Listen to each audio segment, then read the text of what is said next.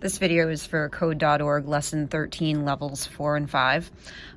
So when you run this program, this is level 4, you've got these bees that appear around the flower, but what we want to do is we want to change it so that if your mouse is on this half of the screen, the bees don't appear. So just like we see in this example.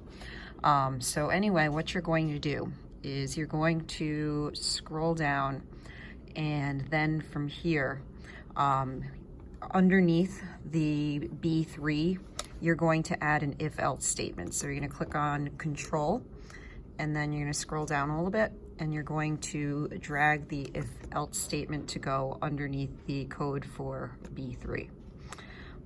So then what you're going to do is you're going to click on World, and you're going to specify that if you have mouse X at a place that's less than 200, then your bees are going to disappear. So actually you're going to click on Math, and then you're going to scroll down, and then you're going to drag the less than operator to go in the if else statement. Go ahead and click on World, and then we're going to click and drag the World mouse X. So basically what we're going to say is we're going to say that if the mouse X is less than 200, so in other words, the left side of the screen, then our bees are going to be visible, or else they're not going to be visible.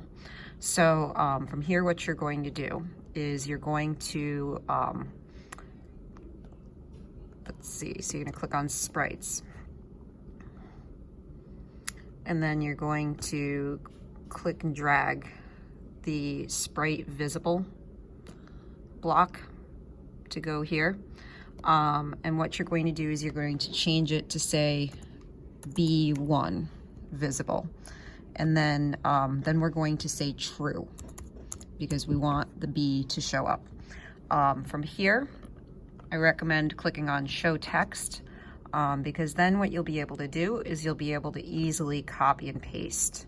So I'm just gonna click and drag to select that, and then hit Control C on my keyboard.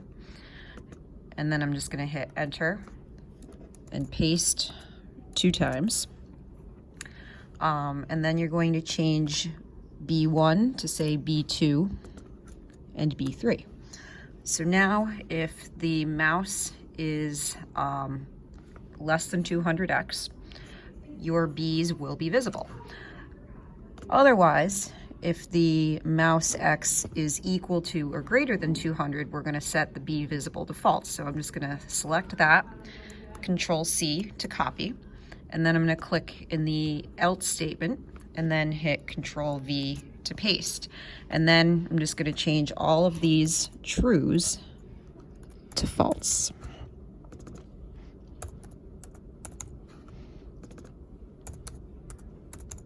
Okay, so now if we hit reset and run, what happens is if I'm on this second half, the bees don't appear, but if I move toward the flower, then the bees do appear. So you're going to go ahead and click on Finish and continue.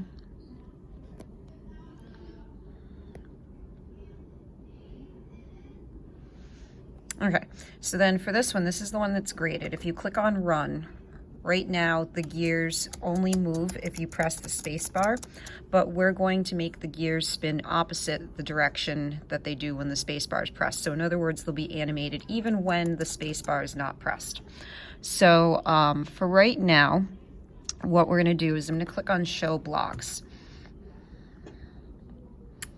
And then from here, we're going to click on Control, and we're going to replace the if statement with an if else statement. So I'm just going to go ahead and put that if else statement right underneath the existing if statement. Then from here, what I'm going to do is I'm going to click and drag all of the information from the if statement into the if else statement. So I'm just going to click and drag to select that whole thing, and then put that in the if part of the if else statement. I'm just going to get rid of this one here, so we don't need it.